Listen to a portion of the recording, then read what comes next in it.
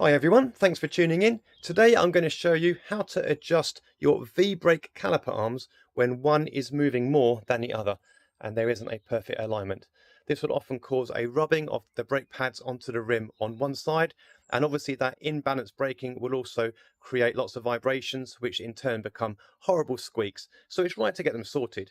Here's a brief explanation as to how it works.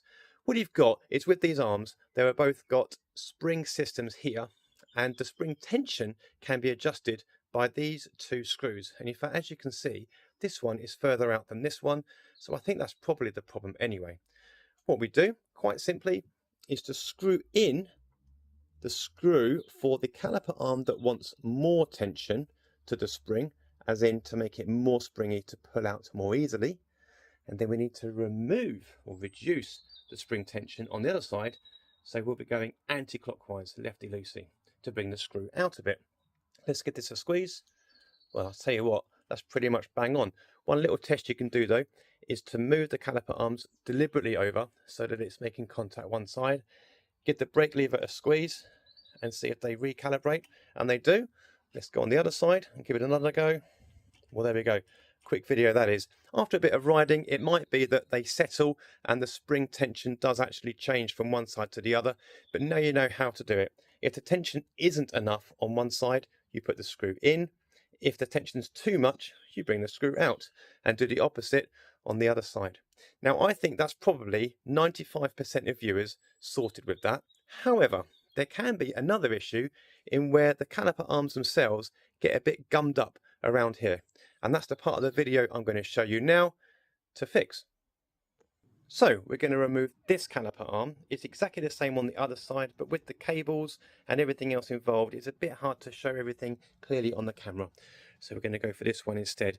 Nearly all V-brake systems will work with a 5mm hex bolt. They should be done up relatively tightly. This one wasn't. But as you remove it, there's a washer behind. Just to make your day easier, make sure you don't drop either of them. But the bolt itself comes out. You'll see there's some blue, usually thread locker on it as well. The thread locker should be enough to stop things coming loose when you reinstall. The caliper arm itself may well be quite stiff, particularly if you're noticing that the caliper arm's spring tension has gone, because the chances are things are gummed up. This has come off relatively easily, and there's a fair bit of grease inside here, but what we can do is we can add more bike grease to here, and that will just help things stay lubricated. Now, when it comes to reinstalling, which I'm going to do in a moment, it's not terribly difficult, but you'll notice, hopefully, there are 3 holes just this side of the mounting point for the caliper. On camera you can only see 2. Let me just see if I can bring it over a bit. There we go, there's all 3 of them. Traditionally, there is a pin on the back of the caliper arm which fits in the middle hole. Depending on where they go, it will automatically make the caliper more springy or less springy.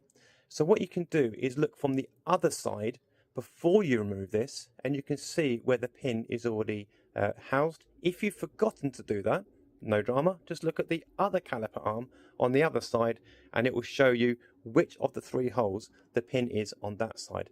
Provided they both match up, it's you're pretty much plain sailing. I've already checked, and the other side is actually in the second hole down, which is the middle hole. So when you relocate this caliper arm after greasing up, you need to make sure as you slide back on that the pin is going to be housed into that particular spot. Hopefully you can see just there. Anyway, we're going to grease things up first, and then we're going to reinstall. It's always a good idea to clean up what's there already, particularly if it's old grease, because sometimes that in itself can get gummed up and be counterproductive. Anyway, we're going to put a little bit of grease on, not a ridiculous amount, but just enough that it makes a difference. And then we can, there we go, oh, now it's going. And then we can make sure this goes all over. There we go. Wonderful. No need to grease the threads. In fact, if anything, it helps for the thread locker to do its thing if you don't put grease on the threads. Okay, so that's on. Now it's a case of getting the caliper arm back on. Remember housing the pin, locating the pin into the 3rd the third hole, which it is for me. And it can be difficult to do this while also getting the brake pad to get past the fork. But it came off. We should be able to get it in as well. Sometimes the finger helps to make things fit. Okay, we're in place. If I push this now, this should go. There we go. Wonderful. Now, there wasn't any issue before with the tension, but that is definitely springing more. If the pin comes out, then you can just pop it back in again. It's going to be vulnerable for falling out until you get your bolt back in. Again, get rid of the excess grease. It'd be great not to have it around the threads themselves, because the thread locker will do its job. Get this back on.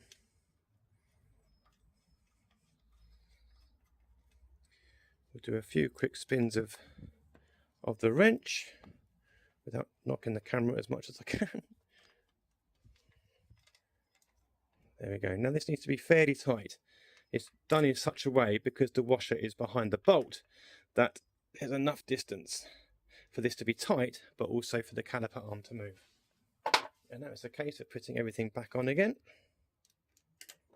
And let's see what the tension is like. There we go, we're in business. I'll bring this around a bit more to level up, and let's see if things are the same as they were before it went off. There we go. Sorted. So you now know also how to remove the caliper arms, grease them up if they are a bit gummy and sticky, and reattach them. But honestly, I think the first part of the video, as I said, will rectify the issue for most users. But there we are, we're all sorted, and we are job done. As ever, thank you so much for watching. Please remember to like and subscribe, and I will upload more videos as time allows. Thanks very much. Happy cycling.